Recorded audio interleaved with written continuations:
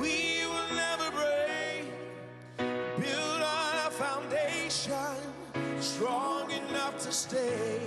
It's been a long,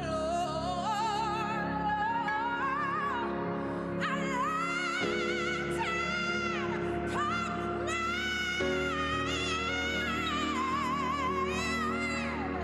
Oh, say, can you see by the dawn's early light?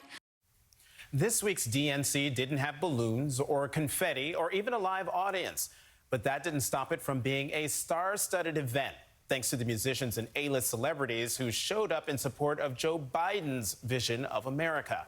We can imagine the celebrity lineup irked Trump, given his thirst for Hollywood approval. So can the celebrity president one-up the Democrats' show? Joining me now is filmmaker and activist Rob Reiner and actress and host Yvette Nicole Brown. Thank you both very much for being on the show this morning. Thanks for having us.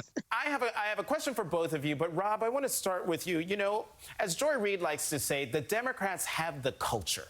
And so Democrats seem to, like yourself and Yvette, you come at these issues on a deeper level. You care about the environment. You care about marriage equality. You care about Russian interference in the 2016 election. The GOP doesn't have anyone like you or Yvette. Why does the GOP have a deficit of celebrities in its ranks who care about issues? Well, I mean, Jonathan, I think you're missing the boat here. I mean, the My Pillow guy, you don't think that he cares about the world? You don't think, you know, that they've got some good, the people with the guns outside the their house, trying to tear down the Black Lives Matter movement. I mean, these are very dedicated people, Jonathan. I think you're selling them short. Okay, dedicated is a word for it. Yvette? Oh, I mean, listen, I feel like you will know the tree by the fruit it bears. And then someone in Trump's camp even said that, you know, you'll know people by their peers. So if we take that, then if you have people pointing guns at Black Lives Matter protesters as your chosen people for your campaign relaunch, and we have, you know, sweet babies that are learning how to get over their stutter because of the love and kindness of Joe Biden, I think it kind of tells you which is the right side in this. And I think that you never can go wrong when kindness is your goal. When you start with someone whose heart is kind, you can't go wrong. And so I think that's why people are leaning towards the Biden-Harris ticket, because you see that they're kind, decent people, and kind, decent people want what's best for all. So let's start there and let's stay there and everybody vote blue. Well, you know, Rob, here's the thing. We are going to see next week, I think, 4 days of mayhem and misery, a dark vision of America that he actually told us would befall us in his inaugural address in 2017. Pick up on the conversation I had at the top of the hour. Is that going to work? Because it did work in 2016. Well, yeah, but the difference here is that he has created that dark vision. He has created a lot of the mayhem that you see. He's the one that's sending troops in to disrupt peaceful protests. He's the one that couldn't manage the pandemic. He's the one that has turned his back on America in the rest, vis-a-vis the rest of the world. So this is his America now. And if he wants to say that it's dark and it's horrible and it's all those things, he's the one who's responsible for it. He did it. Now, the fact of the matter is, we can dig ourselves out of this, and Democrats are very good at this. We've been doing it for forever. I mean, FDR dug us out of the Great Depression. Barack Obama dug us out of the Great Recession, and we will again dig America out of the mess that Donald Trump has created. Yvette, what do you? I've been here. I wrote a column earlier this week that got a lot of folks in the progressive wing of the Democratic Party really mad, but I don't care because the message is right. If you don't vote, that's a vote for Donald Trump. So, Yvette, progressives who are saying that they're going to quote unquote abstain from this election because they don't like Joe Biden, what's your message to them?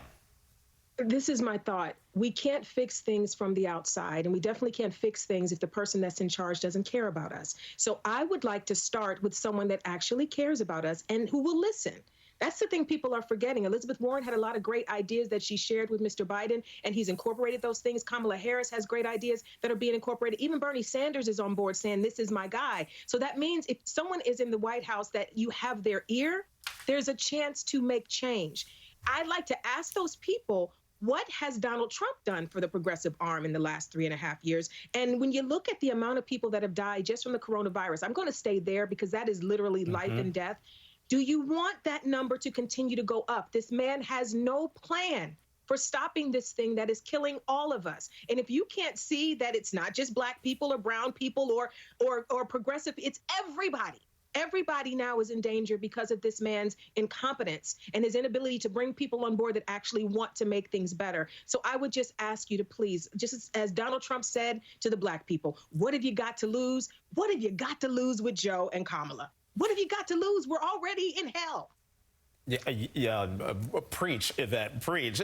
Rob, the Senate Intelligence Committee, Republican-controlled Senate Intelligence Committee, came out with its report that confirms all the stuff that we had learned through published, reported things about the interference in the 2016 election. Why doesn't something that important break through? Because there is such a mountain of horror and a mountain of corruption and criminality that it's just another story. But I would suggest that this is more important than anything, because when we think of the original sin of this country, slavery, the original sin of Donald Trump's presidency was his comporting with Russians and stealing the election, colluding with them. It's now proven. It's been signed by Republicans in the the Senate Intelligence Committee, and they are on the record as saying that Donald Trump colluded with the Russians to steal an election.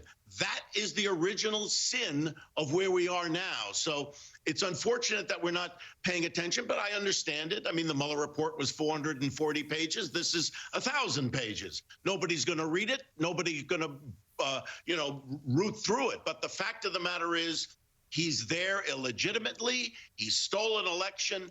And the truth is, he's trying to do it again. So what Yvette is saying is right. We have to get everybody out there, because I'll tell you, we're going to win by 5 million votes, 5 to 10 million votes. We're going to win the popular vote. But if we don't overwhelm this thing with a landslide victory, he's going to claim it was fraud, they stole it, it's rigged, and all that. We have to come out in such large numbers that it will be uncontestable. And that's what has to happen. And I harken back to what Reverend Barber said in your last segment. There's a lot of people out there that haven't voted. We need to get them to the polls as well, the poor people. They're the ones that the Democrats care about and will do something for. That's right. You guys, Yvette, real quick, last word. Oh, I mean, vote blue. That'll do it. All right. Rob Reiner and Yvette Nicole Brown, you guys are a great duo. Thank you very much for coming on the show this morning. Thank you, Jonathan. Thank you.